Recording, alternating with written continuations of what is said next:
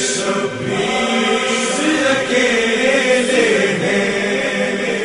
ہائے شبیر اکیلے ہیں، ہائے شبیر اکیلے ہیں،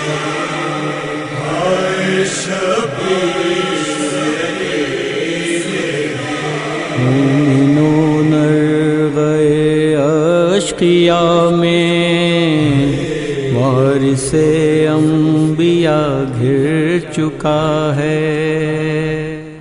لا حول ولا قوة الا باللہ العلی العظیم، حسبنا اللہ ونعم الوکیل، نعم المولا ونعم النصیر۔ اعوذ باللہ من الشیطان الرجیم، بسم اللہ الرحمن الرحیم۔ الحمد للہ رب العالمین، والصلاة والسلام علی اشرف الانبیاء والمرسلین، سیدنا و نبینا و حبیب قلوبنا و طبیب نفوسنا و شفیع ذنوبنا مولانا ابی القاسم محمد، اللہم صلی علی محمد و آل محمد و عجل فرجہم وعلی اہل بیتہ الطیبین الطاہرین المعصومین المظلومین ولعنۃ اللہ علی اعدائہم اجمعین۔ اما بعد، فقد قال اللہ سبحانہ وتعالی فی کتابہ المبین و فرقانہ المجید وقولہ الحق۔ بسم اللہ الرحمن الرحیم۔ الف لام میم، ذالک الکتاب لا ریب فیہ ھدی للمتقین الذین یؤمنون بالغیب ویقیمون الصلاۃ ومما رزقناہم ینفقون والذین آمنوا بما انزل الیک وما انزل من قبلک وبالآخرۃ ھم یوقنون۔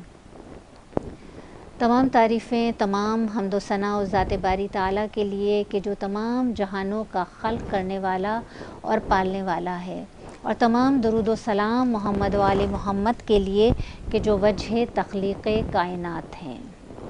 کرب و بلا سے جس کو ہدایت نہیں ملی،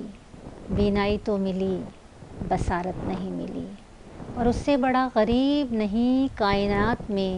جس کو غم حسین کی دولت نہیں ملی۔ عزاداران امام، ہمیشہ کی طرح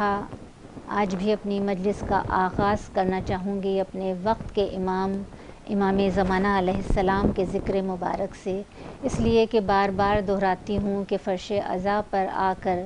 اہل ممبران کی بھی کوشش ہونی چاہیے کہ وہ زیادہ سے زیادہ ذکر کریں اپنے وقت کے امام کا، اور اپنی مجلس کا ایک حصہ ضرور مخصوص کریں امام زمانہ علیہ السلام کی معرفت کے حوالے سے، ان کے ذکر کے حوالے سے۔ اور عزاداران امام کو بھی یہ کوشش کرنی چاہیے کہ وہ سچے اور مخلص منتظر بننے کی کوشش کریں۔ اور ایک مولائی کو کیسا ہونا چاہیے، ایک منتظر کو کیسا ہونا چاہیے، ہم یہ دیکھتے ہیں کہ ابھی غدیر گزری ہے، ہمارے ذہنوں میں موجود ہے، اور غدیر میں پیغمبر اکرم صلی اللہ علیہ وآلہ وسلم ایک شخصیت کو متعارف نہیں کرا رہے صرف اس لیے کہ پیغمبر اکرم صلی اللہ علیہ وآلہ وسلم یہ فرماتے ہیں کہ اگر کوئی ایک فرد کامل ہوتا ہے تو اللہ اس کی نسلوں کو کامل کر دیتا ہے۔ اس لیے پیغمبر اکرم صرف مولا کائنات علی بن ابی طالب علیہ السلام کی ولایت کا اعلان نہیں کر رہے، بلکہ ان کی نسل سے آنے والے 11 ائمہ کی ولایت کا اعلان بھی کیا جا رہا ہے۔ اس لیے پیغمبر اکرم نام بھی بتا رہے ہیں،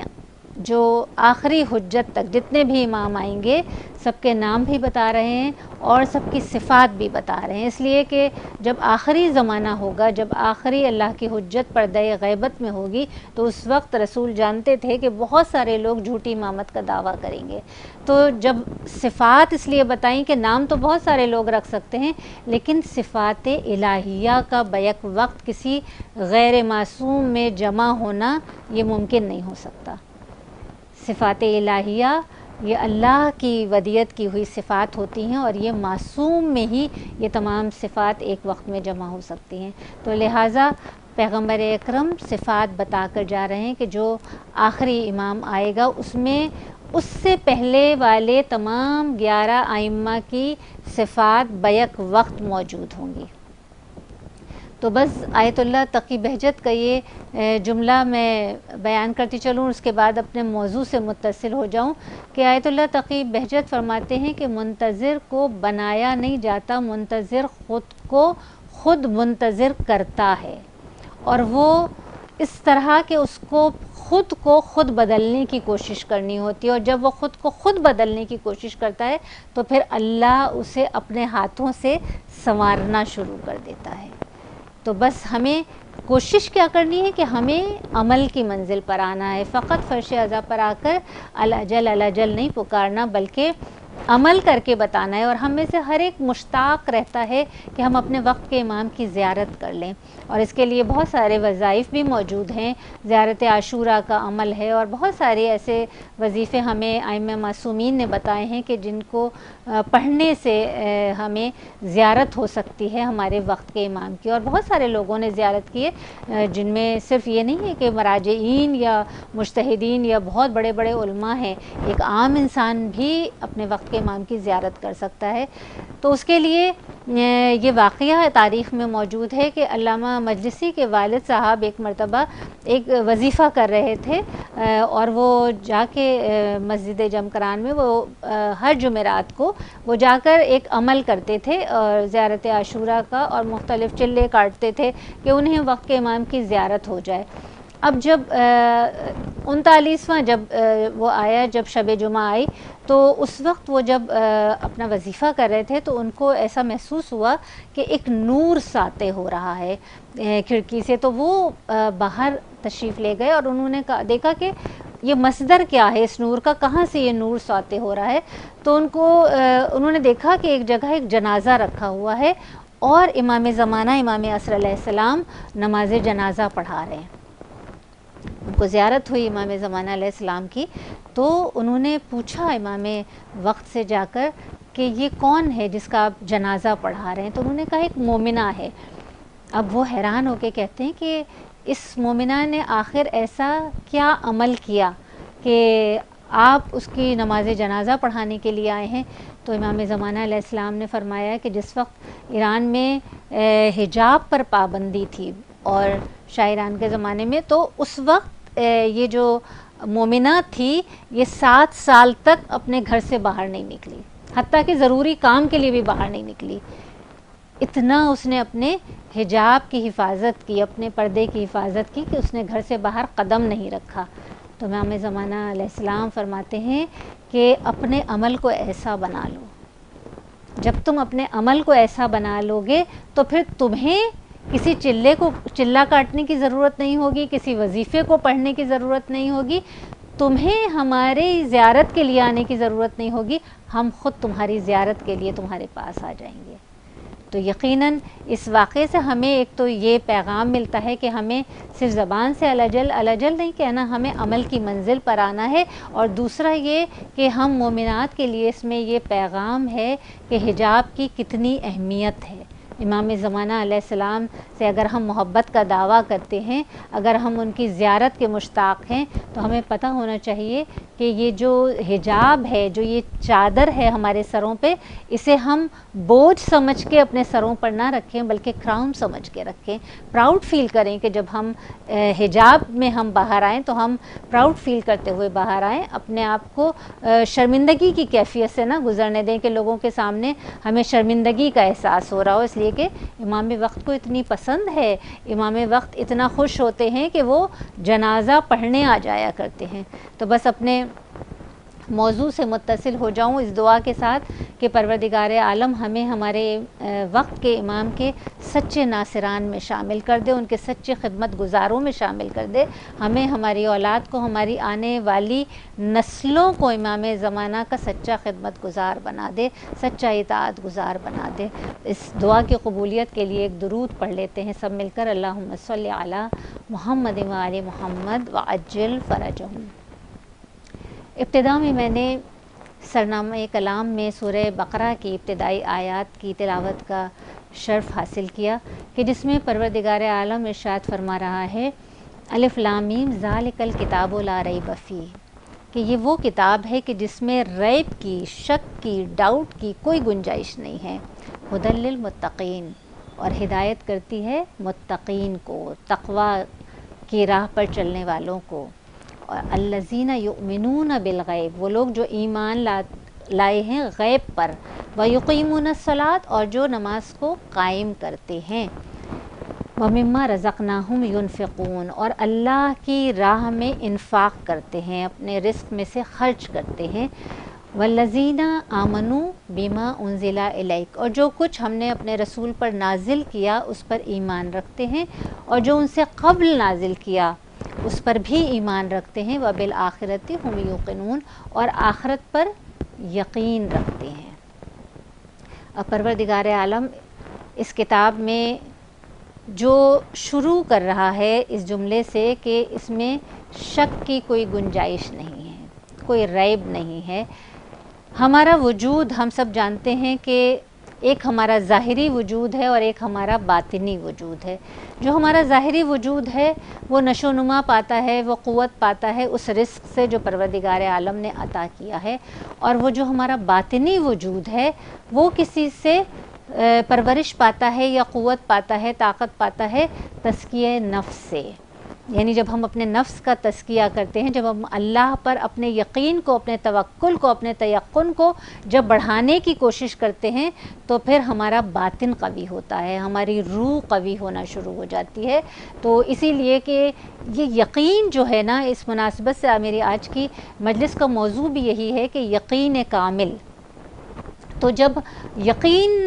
ہمارے اندر پیدا ہوتا ہے تو یہ وہ طاقت ہے، وہ پاور ہے، وہ قوت ہے کہ دریا میں راستہ بن جایا کرتا ہے۔ جب یقین کی منزل پر ہم ہوتے ہیں، جب یقین کی منزل ہوتی ہے تو آگ گلزار بن جایا کرتی ہے، جب یقین کی منزل ہوتی ہے تو پہاڑ اپنی جگہ سے ہٹ جایا کرتے ہیں۔ اور ہم تو اس کے ماننے والے ہیں، اس در کے ماننے والے ہیں، اس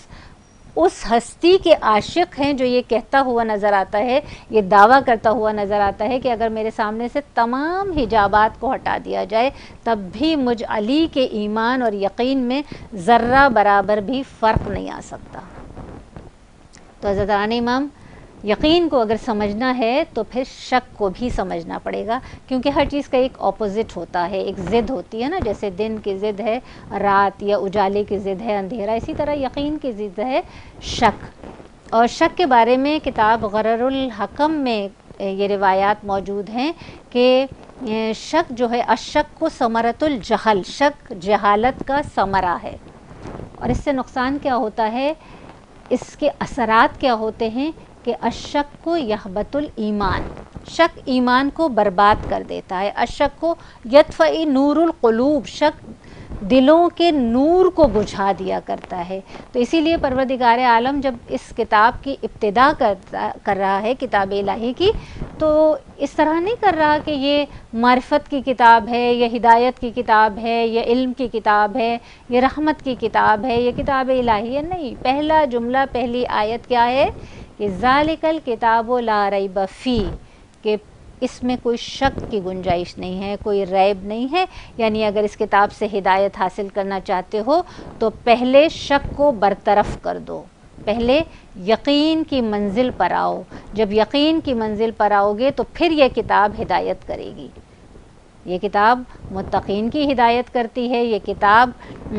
اس کی ہدایت کرتی ہے کہ جو غیب پر ایمان رکھتا ہے۔ یہ کتاب نماز کو قائم کرنے والوں کی ہدایت کرتی ہے، یعنی بے نمازی کو پھر اس کتاب کو چاہے رٹتا رہے اسے ہدایت نہیں ملے گی۔ سب سے پہلا حکم فروع دین میں نماز کا حکم ہے، اور سب سے پہلے جس کا سوال کیا جائے گا وہ نماز کا سوال کیا جائے گا۔ تو بے نمازی کے لیے یہ کتاب ہدایت کا ذریعہ نہیں بنے گی۔ اور پھر یہ کہ وَمِمَّا رَزَقْنَاهُمْ يُنْفِقُونَ، جو اللہ کی راہ میں انفاق کرتے ہیں، یعنی اپنے مال میں سے اللہ کی راہ میں خرچ کرتے ہیں۔ آپ دیکھیے کہ بہت سارے لوگ ایسے آپ کو نظر آئیں گے کہ جو نہ تو اللہ کی راہ میں پیسے کو خرچ کرتے ہیں اور نہ ہی اپنے اوپر خرچ کرتے ہیں، بس جمع کرتے رہتے ہیں۔ ان کی زندگی کا مقصد یہ ہوتا ہے کہ وہ بس بیٹھ کے حساب کتاب کرتے رہتے ہیں کہ اتنے پیسے جمع ہو گئے، ہمارے اکاؤنٹ میں اتنے پیسے جمع ہو گئے، اور دنیا سے چلے جاتے ہیں تو خالی ہاتھ جاتے ہیں۔ وہ سب کچھ یہیں چھوڑ کر جاتے ہیں، اولاد اس کو استعمال کرتی ہے اور وہ خود حساب کتاب کی لائن میں لگے ہوتے ہیں۔ اور کتنی بدنصیبی کی بات ہے یہ، اور قول معصوم ہے یہ کہ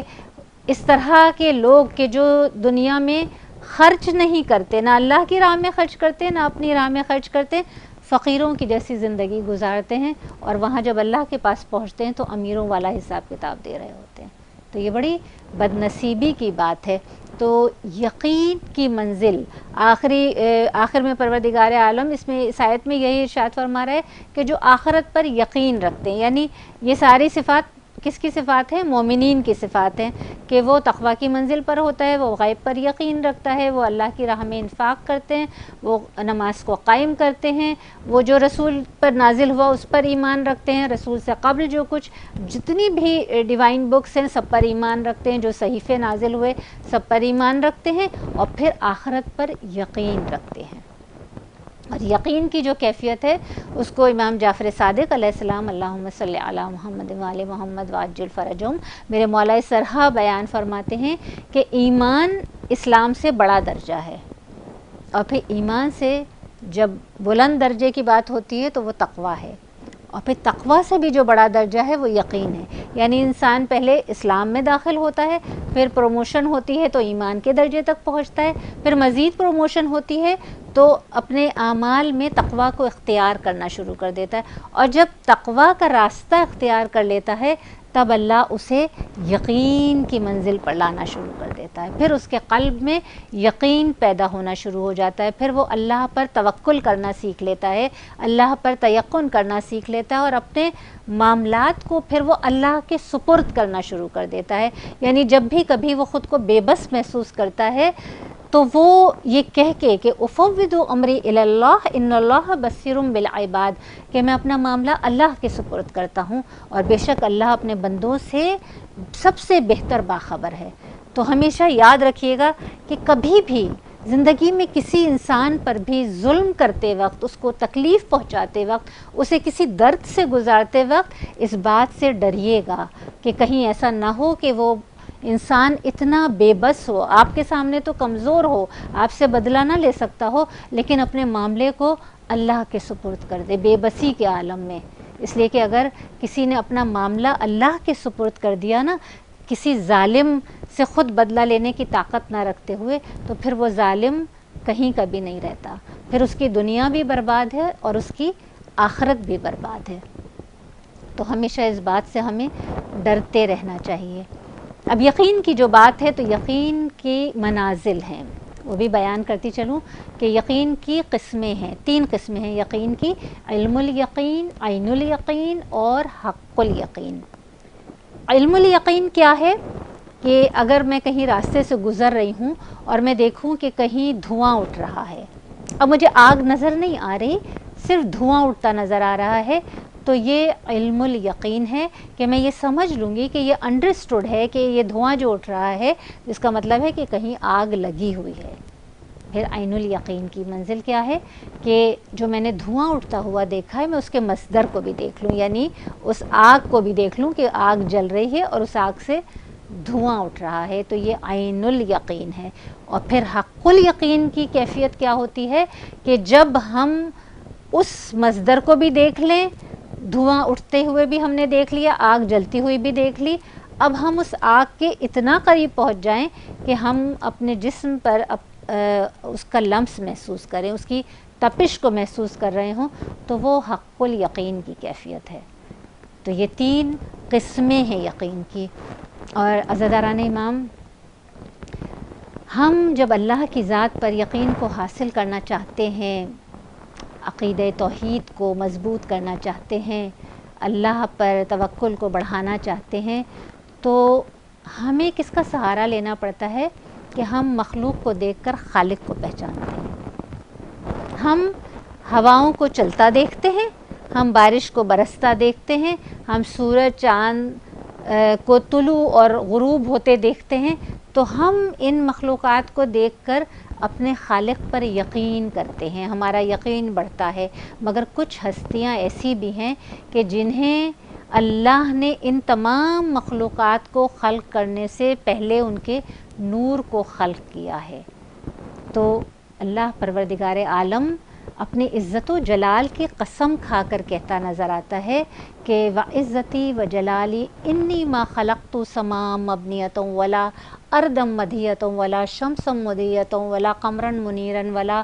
فلکا یدور ولا بحرا یجری ولا فلکا یسری الا فی محبت ہؤلاء الخمسۃ الذین هم تحت الکساء اللہم صلی علی محمد وآل محمد. یہ ہم حدیث کساء کے یہ جملے ہر فرش عزا پر آ کر سنتے ہیں کہ پروردگار عالم اپنی عزت و جلال کی قسم کھا کے کیا فرماتا ہے کہ میں کچھ بھی خلق نہ کرتا، انی ما خلقت سماء مبنیۃ، کہ نہ میں یہ مضبوط آسمان خلق کرتا، نہ میں یہ زمین جس کو میں نے بچھایا ہے نہ میں اسے خلق کرتا، نہ سورج روشن سورج چاند، نہ چمکیلا سورج، نہ یہ گھومتے ہوئے سیارے ستارے، یہ چھلکتے ہوئے سمندر، یہ تیرتی ہوئی کشتیاں، میں کچھ بھی خلق نہ کرتا. جو کچھ خلق کیا ہے ان ہستیوں کی محبت میں خلق کیا ہے جو چادر کے نیچے ہیں. اور اس روایت کو، اس حدیث کو کون بیان کر رہا ہے؟ جابر ابن عبداللہ الانصاری، اتنے معتبر صحابی. اور کس سے روایت کر رہے ہیں؟ شہزادی کونین بی بی فاطمۃ الزہرا سلام اللہ علیہا سے روایت کر رہے ہیں. اس لیے کوئی اسے جھٹلا نہیں سکتا، اس لیے کہ راوی اتنے معتبر صحابی ہیں اور روایت کر رہے ہیں شہزادی کونین سے. تو ہمارا تو یہ یقین ہے، ہمارا ایمان ہے کہ یہ وہ ہستیاں ہیں کہ جنہیں خالق کو پہچاننے کے لیے مخلوق کی ضرورت نہیں تھی، اس لیے کہ ان کو تو خلق ہی اس وقت کیا گیا ہے کہ جس وقت کچھ بھی خلق نہیں کیا گیا تھا. یہ وہ ہستیاں ہیں. اور اس کی دلالت میں یہ قول رسول، یہ پیغمبر اکرم صلی اللہ علیہ وآلہ وسلم کی یہ حدیث موجود ہے کہ اول ما خلق اللہ نوری وانا وعلی من نور واحد، کہ اللہ نے سب سے پہلے میرے نور کو خلق کیا اور میں اور علی ایک ہی نور کے دو ٹکڑے ہیں. اب یہ حدیث بہت مستند حدیث ہے، مگر بہت سارے مکاتب فکر میں اس لیے زبان پر عام نہیں ہے کہ اس کا جو یہ حصہ ہے نا وَأَنَا وَعَلِيٌّ مِّن نُّورِ واحد، یہ ڈائجسٹ نہیں ہوتا، یہ آسانی سے ہضم نہیں ہوتا. اس بات کو تو ہر ایک تسلیم کرنے کے لیے آسانی سے تیار ہو جاتا ہے کہ ہاں، جو یہ نہیں کہتے کہ رسول ہم جیسے، وہ یہ مانتے ہیں کہ ہاں رسول کا نور اللہ نے اس وقت خلق کیا جب حضرت آدم علیہ السلام کو خلق نہیں کیا تھا، جب یہ تمام مخلوقات کو، اس کائنات کو بھی خلق نہیں کیا تھا، اس وقت سے یہ نور موجود ہے. مگر کیونکہ علی کا ذکر جب آتا ہے اور یہ جب حدیث کا یہ حصہ بیان ہوتا ہے تو یہ ذرا مشکل سے ہضم ہوتا ہے. مگر ہم کیونکہ اپنے رسول کی، اپنے نبی کی اطاعت کرنے والے ہیں، سنت رسول پر چلنے والے ہیں، تو اس لیے ہم اپنی مجالس کو زینت دیتے ہیں ذکر علی ابن ابی طالب علیہ السلام سے، اس لیے کہ ہمارے نبی نے کہا. یہ ہم نہیں کہتے، ہمارے نبی نے کہا ذکر علی عبادہ، علی کا ذکر عبادت ہے، حب علی عبادہ، علی کی محبت عبادت ہے. اور اپنی مجالس کو زینت دیا کرو ذکر علی ابن ابی طالب علیہ السلام سے. اس لیے ہم علی کے فضائل بیان کیے بغیر ہمیں لگتا ہے کہ ہماری مجلس، ہماری محافل ادھوری ہوتی ہیں، اس لیے کہ چار چاند لگ جاتے ہیں جب علی کا ذکر آتا ہے مجلس میں. اور جب بات یقین کی ہو رہی ہے، جب بات بلندیوں کی ہو رہی ہے، جب اللہ کی ذات پر کامل یقین ہونے لگتا ہے تو انسان بلندیوں کی طرف پرواز کرتا ہے، پھر بلندی کی طرف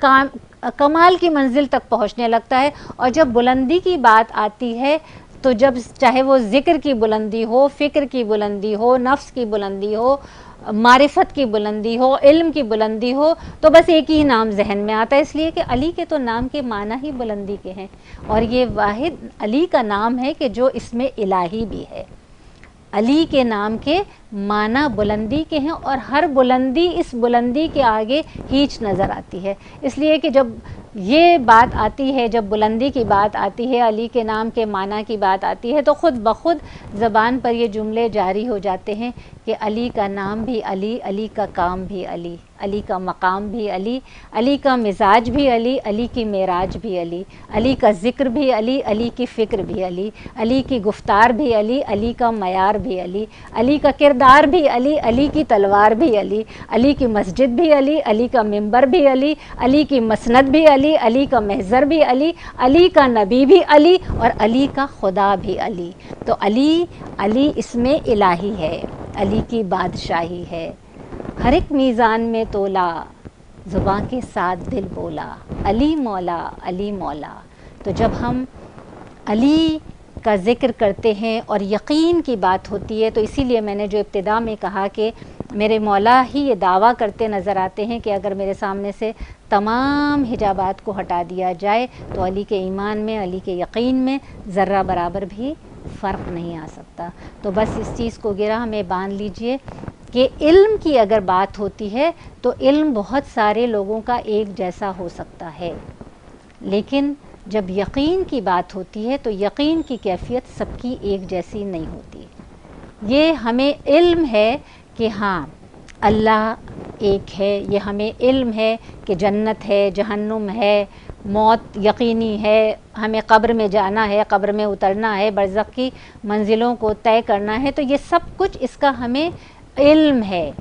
یقین کی کیفیت ہر ایک کی ایک جیسی نہیں ہوتی، تو اسی لیے قول معصوم ہے کہ یقین دلوں کو اطمینان بخشتا ہے، یقین سے دل میں سکون پیدا ہوتا ہے، اور یہ قول معصوم ہی ہے کہ جو شک ہے وہ دل میں ہول کو پیدا کرتا ہے، دل میں گھبراہٹ کو پیدا کرتا ہے، اور یقین کے ساتھ ہی دل میں اطمینان آ جاتا ہے اور عقل کو تازگی فراہم ہو جاتی ہے۔ تو بس اسی کے ساتھ میں اپنے موضوع کو سمیٹتے ہوئے میں مصائب سے متصل ہوتی ہوں کہ عزاداران امام،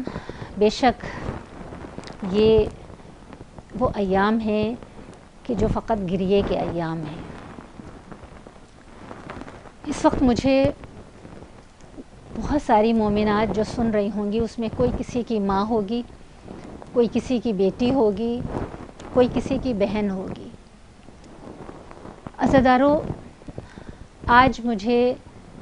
مصائب پڑھنے ہیں، ماتم کرنا ہے ہم شکل پیمبر کا، اور جو بھی رشتے سے، چاہے وہ کسی جواں کڑیل جواں کی ماں ہو یا کڑیل جواں کی بہن ہو، اس کے سامنے علی اکبر کے مصائب پڑھتے وقت میں سمجھتی ہوں کہ علی اکبر کا نام بھی لینا ضروری نہیں ہوتا،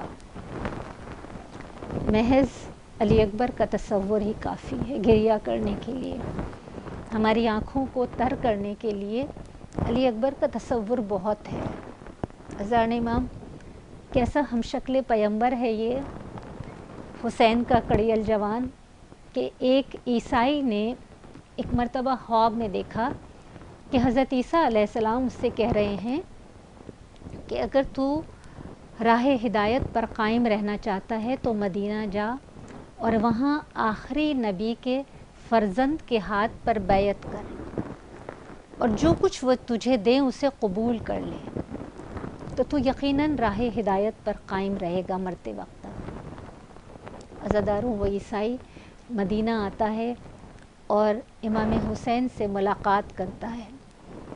اس وقت حسین گھر سے باہر ہیں اور سامنے ایک بہت بڑا مجمع ہے۔ جب وہ عیسائی اپنا خواب بیان کرتا ہے تو امام حسین علیہ السلام اس سے پوچھتے ہیں کہ کیا حضرت عیسیٰ نے تجھے خواب میں آخری نبی کی زیارت کرائی؟ کہتا ہے کہ ہاں، میں نے آخری نبی کو خواب میں دیکھا، ان کی زیارت کی۔ تب حسین کہتے ہیں کہ ذرا اس مجمع پر نظر ڈال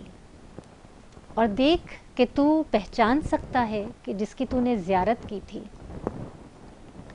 وہ عیسائی جب مجمع پر نظر ڈالتا ہے تو اس کی نظر جا کر ٹھہر جاتی ہے علی اکبر پر، اور وہ کہتا ہے کہ ہو بہو یہی ہے، یہی وہ شخصیت ہے کہ جس کی میں نے خواب میں زیارت کی تھی، یہی قد و قامت، یہی جسامت، یہی شخصیت، یہی زلفیں، یہی آنکھیں، ہو بہو یہی آخری نبی ہے۔ تو آپ تصور کیجئے کہ جسے ایک عیسائی آخری نبی تصور کر لے دیکھنے کے بعد، تو وہ حسین کے لیے کیا ہوگا، وہ زینب کے لیے کیا ہوگا، وہ ام لیلہ کے لیے کیا ہوگا۔ ہاں عزاداران امام، علی اکبر کی شہادت سے کہیں زیادہ مشکل ہے علی اکبر کی رخصت۔ جب شب عاشور حسین کا یہ کڑیل جوان جب آیا ہے بابا کے خیمے میں مرنے کی اجازت طلب کرنا، ہمارے پاس معرفت نہیں ہوتی نا، اس لیے ہم بڑی آسانی سے یہ جملے پڑھتے ہیں اور بڑی آسانی سے یہ ان جملوں کو سن لیتے ہیں عزادارو، ورنہ تصور کیجئے کہ ایک کڑیل جوان، ایک 18 سال کا نوجوان باپ سے مرنے کی اجازت طلب کرنے آیا ہو تو باپ کے دل پر کیا گزری ہوگی۔ ایک مرتبہ حسین کہتے ہیں علی اکبر مجھ سے پہلے جا کر زینب سے اجازت طلب کرو، میری بہن نے تجھے بہت نازوں سے پالا ہے۔ اور عزاداران امام، اس وقت علی اکبر جب خیمے میں آتے ہیں تو مقتل کی کتابوں میں لکھا ہے کہ چاروں طرف سے بیویوں نے علی اکبر کو گھیر لیا تھا اور طواف کی صورت میں علی اکبر کے چاروں طرف گھوم رہی تھی اور کہتی تھی علی اکبر نہ جاؤ، علی اکبر ہمیں چھوڑ کر نہ جانا۔ عزاداروں، ایک کوہرام برپا تھا۔ تصور کیجئے کہ کس طرح بیویوں نے علی اکبر کو رخصت کیا ہوگا۔ راوی کہتا ہے کہ میں باہر بیٹھا دیکھ رہا تھا کہ ایک خیمے کا پردہ 7 مرتبہ اٹھا اور 7 مرتبہ گرا۔ کہتا ہے کہ میں خیمے کے قریب گیا کہ کیا ماجرا ہے کہ ایک نوجوان باہر آنا چاہتا ہے اور کوئی گھسیٹ کر پیچھے کر دیتا ہے۔ کہتا ہے جب میں قریب گیا تو مجھے محسوس ہوا کہ کوئی دامن سے پکڑ کر کھینچتا ہے، تو جب قریب جا کر دیکھا تو 4 سال کی ایک بچی تھی جو دامن سے پکڑ کر کھینچتی تھی اور کہتی تھی کہ بھیا علی اکبر نہ جاؤ۔ عزاداران امام، علی اکبر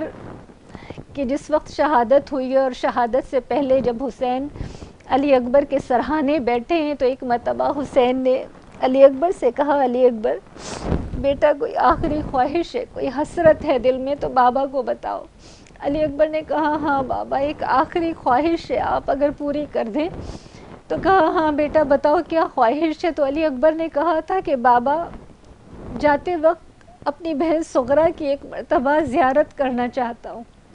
اس وقت حسین نے علی اکبر کے چہرے پر ہاتھ پھیرا اور کہا بیٹا اب دیکھو۔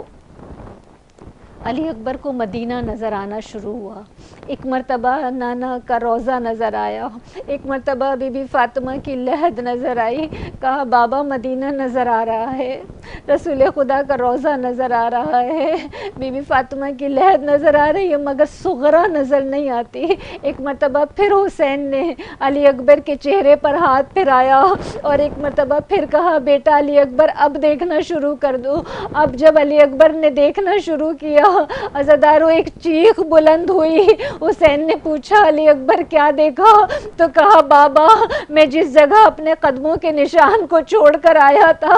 آج بھی صغرا اس نشان پر بیٹھی ہے اور وہاں کی خاک اٹھا اٹھا کر اپنے بالوں میں ڈالتی جاتی ہے اور کہتی جاتی ہے بھیا علی اکبر تم وعدہ کر کے گئے تھے، آج بھی صغرا منتظر ہے، بھیا تم نے وعدہ کیا تھا مجھے لینے کے لیے آؤ گے، بھیا صغرا انتظار کر رہی ہے، بھیا علی اکبر آ جاؤ۔ عزاداران امام، میں پوری جنگ نہیں پڑھوں گی کہ کس طرح حسین کے اس کڑیل جوان نے جنگ کی، 3 دن کی بھوک پیاس کے باوجود کس شجاعت کے ساتھ لڑا ہے حسین کا لال، لیکن بس یہ چند جملے بیان کروں گی شہادت کے کہ جس وقت اس ملعون نے علی اکبر کے سینے پر نیزہ مارا تھا اور نیزہ سینے کے آر پار ہو گیا تھا تو اس ملعون نے چاہا کہ نیزے کو کھینچ لے اور جب اس نے نیزے کو کھینچا تو نیزہ تو باہر آ گیا تھا مگر تاریخ کے جملے ہیں مقتل کی کتابوں میں درج ہے اور ہم بارہا سنتے ہیں کہ برچھی کا پھل ٹوٹ کر علی اکبر کے کلیجے میں پیوست ہو گیا تھا۔ عزاداران امام، اس وقت علی اکبر گھوڑے کی زین سے زمین پر آ گئے، ہر مجاہد نے ہر سپاہی نے جب وہ گھوڑے سے گرا ہے جب زمین پر آیا ہے تو حسین کو مدد کے لیے پکارا ہے مگر علی اکبر نے مدد کے لیے نہیں پکارا، بس ایک مرتبہ آواز دے کر کہا بابا بابا علی اکبر کا سلام قبول کیجئے۔ ارے حسین کے کانوں میں جب یہ آواز آئی عزاداروں میرا مولا چلا ہے مقتل کی طرف، یہ کہتا جاتا تھا این علی اکبر، علی اکبر تم کہاں ہو؟ عزاداروں تاریخ کے جملے ہیں حسین گرتے تھے پھر اٹھتے تھے، کبھی گھٹنیوں کے بل چلتے تھے اور یہ کہتے جاتے تھے علی اکبر بیٹا مجھے آواز دو، بیٹا بابا کو کچھ دکھائی نہیں دے رہا۔ زدانی ماں اس طرح گھٹنیوں کے بل چلتا ہوا میرا مولا علی اکبر کے سرہانے پہنچا. ارے اس باپ نے کیا منظر دیکھا کہ علی اکبر کے سینے سے خون ابل رہا ہے. اور ایک مرتبہ علی اکبر نے کہا بابا سینے میں بہت درد ہے, بابا برچھی کا پھل کھینچ کر باہر نکال دیجئے. حسین نے برچھی کے پھل کو نکالنا چاہا, ارے برچھی کا پھل باہر نہ آتا تھا. ایک مرتبہ حسین نے یا علی کہہ کر اب جو برچھی کے پھل کو کھینچا, علی اکبر کا کلیجہ ارے اس برچی کے پھل کے ساتھ باہر آ گیا. علی اکبر رخصت ہو گئے. ارے کربلا کے میدان میں حسین کی آواز گونجی, انا للہ و انا الیہ راجعون, الا لعنت اللہ علی القوم الظالمین. بار الہ پاک پروردگار ہماری اس قلیل عبادت کو اپنی بارگاہ میں قبول فرما لے. بار الہ کسی غم میں نہ رلانا سوائے غم حسین کے. بار الہ جو بیمار ہیں بیمار کربلا کے صدقے سے شفائے کاملہ عطا فرما. بار الہ جو بے اولاد ہیں انہیں سکینہ اور علی اصغر کے صدقے سے نیک اور صالح اولاد عطا فرما. بار الہ پاک پروردگار جن جن گھروں میں فرش عزائے حسینی بچھائی جاتی ہے پروردگار ان گھروں کو ہمیشہ شاد و آباد رکھنا. بار الہ پاک پروردگار ہم وارث کے ہوتے ہوئے بے وارث ہیں, پاک پروردگار ہمارے وارث کو بھیج دے, امام عصر کو بھیج دے, ہمارے اعمال کو اس قابل بنا دے کہ ہم ظہور کے لیے جب دعا کریں پروردگار تو تیری بارگاہ میں ہماری دعا قبول و مقبول ہو جائے. بار الہ پاک پروردگار امام عصر کے ظہور میں تعجیل فرما. ربنا تقبل منا انک انت السمیع العلیم. اللہم صلی علی محمد و آل محمد وعجل فرجہ. ہائے شبیر اکیلے ہیں, ہائے شبیر اکیلے ہیں, ہائے شبیر اکیلے ہیں, ہائے شبیر اکیلے ہیں. مومنون گئے اشقیاء میں